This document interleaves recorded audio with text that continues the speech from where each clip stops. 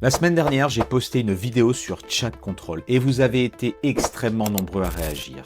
Et surtout, extrêmement nombreux à utiliser l'outil fightchatcontrol.eu que je vous avais listé en commentaire en description.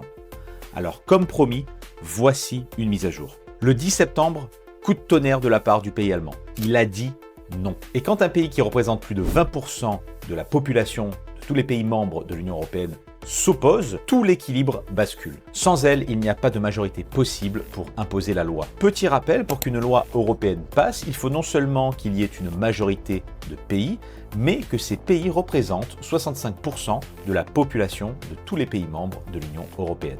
Avant ce coup de tonnerre, l'opposition ne représentait que 20%, c'est-à-dire pas assez pour bloquer le texte. Mais avec l'Allemagne, qui vient de dire non, nous montons désormais à près de 40% de la population. Et ça, c'est suffisant pour former une minorité de blocage.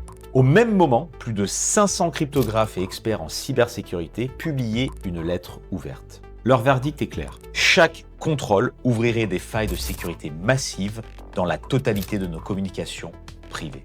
Et des centaines d'autres experts rappellent le danger d'une véritable surveillance de masse. Alors oui, aujourd'hui, les réseaux sociaux s'enflamment.